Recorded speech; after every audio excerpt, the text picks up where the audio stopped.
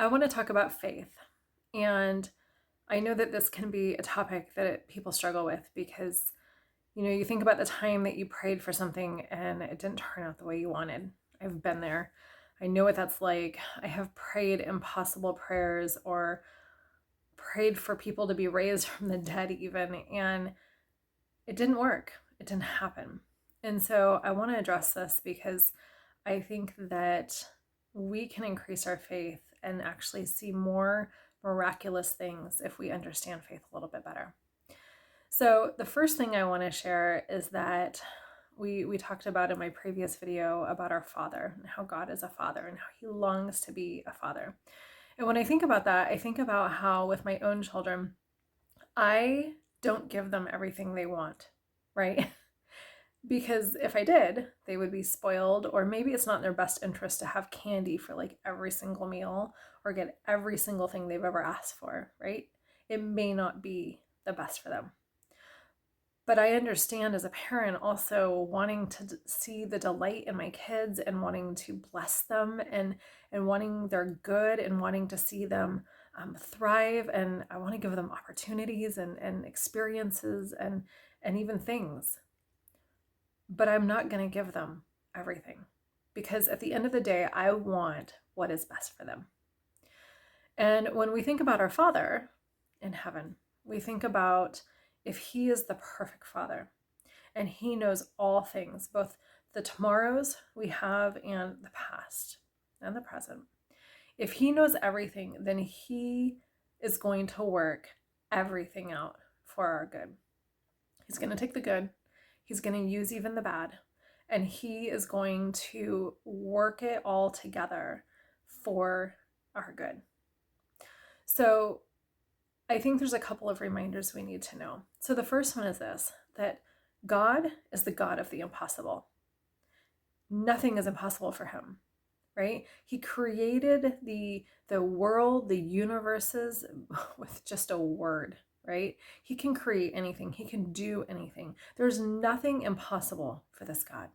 He's big, he's mighty, he's strong, he is capable. It says that he is the God of the impossible, that he calls things into existence that do not exist.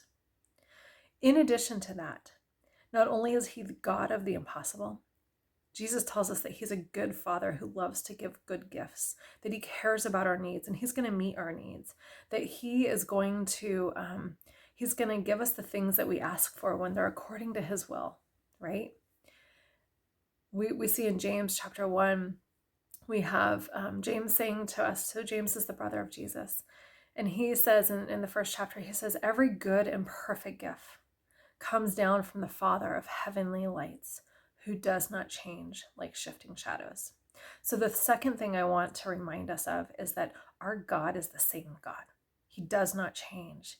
He is still the God of the impossible. He is still the God that raises the dead. He is still a God who brings healing to people. He's still the same God that casts out the demons. He is still the same God who parts the Red Seas and brings provision to widows. He is still the same God. So if we have a Father who loves us, who has not held anything back from us, he's even giving us his kingdom. If he wants to give us good gifts to help benefit our relationship with him and help us prosper in this earth, and I'm not talking about prosperity, I'm talking about prosper in our spiritual life, prosper in our ministry work, right? If God is with us, nothing can be against us. And see, here's the thing, Jesus knew this. Jesus knew who his Father was. And he knew that nothing was impossible for his Father. And he knew that if he had a relationship with his Father and he trusted his Father, that everything was going to be okay. And so we can learn some lessons from Jesus in faith. I think that faith oftentimes gets a little confusing for us because we have expectations of God. We expect God, when we ask him to do things, to meet our expectations. And the reality is that we are limiting God by doing so.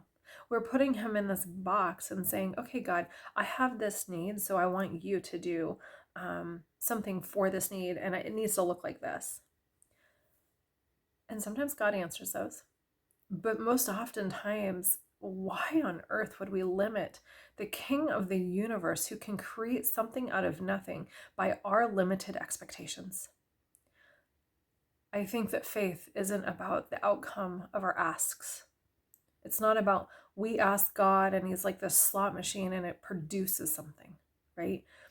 Rather, it's about a relationship. It's about understanding that our God, our Father, is faithful. It's about understanding that our faith is not in the outcome, it's in the one who is faithful. It is in the Lord. It is knowing who our Father is. It is knowing that he loves us. It is knowing that he is capable, that nothing is impossible. I mean, Jesus, he broke the laws of physics over and over again. He can reorganize molecules and create new realities. Is anything impossible for our God? No. So if our Father loves us and he has promised to care for our needs and he has promised to say, I will give you what you ask for, but we need to actually be in him and have a relationship with him and understand that, like my children, no, they're not going to get everything they want. They're not going to get everything they ask for, but they will always get what they need. And so I want to encourage you to have faith in the one who is faithful. In addition to that, I want to encourage you that if you have a need, to go to your Father and ask. I want you to ask him and say, Father, I have an impossible situation. I don't know how I'm going to pay this bill or fix this relationship. I don't know how I'm going to heal this body. I don't know how to get from point A to point B. I feel lost. I need help. I have a need, and the reality is you are the only one that can fix it. You are the only one that can help me. And so I'm coming to you because I know that you are the one who is faithful. And I don't know how you're going to fix it. And I don't know what the outcome's going to be. But I know that you love me. And I know that you are going to meet this need according to what's best for me because you love me and because you're faithful. And so I'm going to hold you to your promises because you are faithful. And you have made me promises that you're going to provide for my needs, that you are going to show up even when things are hard, that you're not going to leave me or forsake me, that you have given me everything. You've given me your kingdom. And how much more are you going to give good gifts because we have this relationship? And so I'm going to trust you. So I want you to then surrender the outcome. I want you to surrender how he's going to meet these needs, how he's going to show up and do a new thing for you. I want you to surrender the outcome and trust in the one who is faithful. In addition to all of that, you're going to just trust him because he's your dad and he loves you. You know, I tell my kids, hey, we're going to go do something. I don't ask, they don't come to me and say, well, give me all the details and so that I can know that you're going to actually do this. They just say, okay. And so maybe that's where we need to be like children, that we know that our dad, he's got it. He's going to take care of us. And so we're going to be trusting in the one who is faithful. So friend, I don't know where you're at. I know that the devil comes in and he whispers in your ear every time, a prayer is not answered the way that you want him to answer it. And so I know that you are going to listen to those things and wonder, well, did he forget about me? Does he love me? Is he faithful? Maybe he didn't hear me. Maybe I'm not good enough. Maybe I'm not qualified enough. Maybe I'm not enough.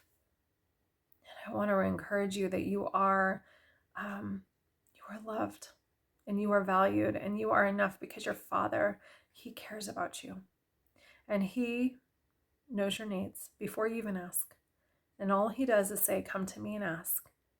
And then you're going to just continue to trust him with it.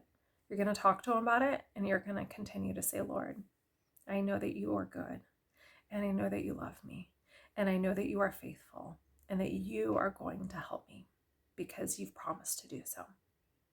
I hope this helps.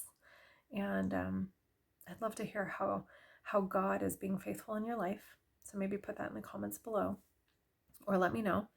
And I would also encourage you to keep a journal. When you see God has been faithful in your life, write it down. We have short memories and we forget all the time all these things that God does for us.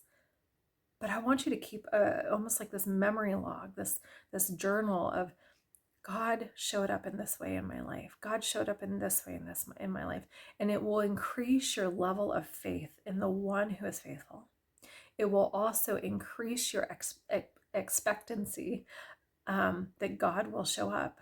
And so I want you to not only journal when he is faithful. These are like answered prayers. What are these answered prayers? But I also want you to watch with expectancy to see your Father move. Watch with expectancy and take a step in faith. Say, God, how do you want me to step out in faith in this area? What do I need to do? And he'll tell you. And so I want you to watch with expectancy and then step out in faith and then see him move. And then I want you to share it. I want you to share what God does. And the reason for that is because as you share, you are increasing other people's faith, right? You've heard the stories. Oh, well, so-and-so got healed and oh, this person did this. And oh, this check came in the mail for my friend. That reminds us, it encourages each other that the Father is faithful and he's going to show up. And so it's like you're watching and you're like, oh, where is he going to show up? What is he going to do? And so I hope these tips help. Journal, write it down, watch with expectancy, share when he is faithful with your friends, with other people. But mostly, stop looking for the outcome that you want and start focusing on the one who is faithful. And trust him, take him at his word. He's promised he's going to be faithful. And all you have to do is trust your dad. Okay.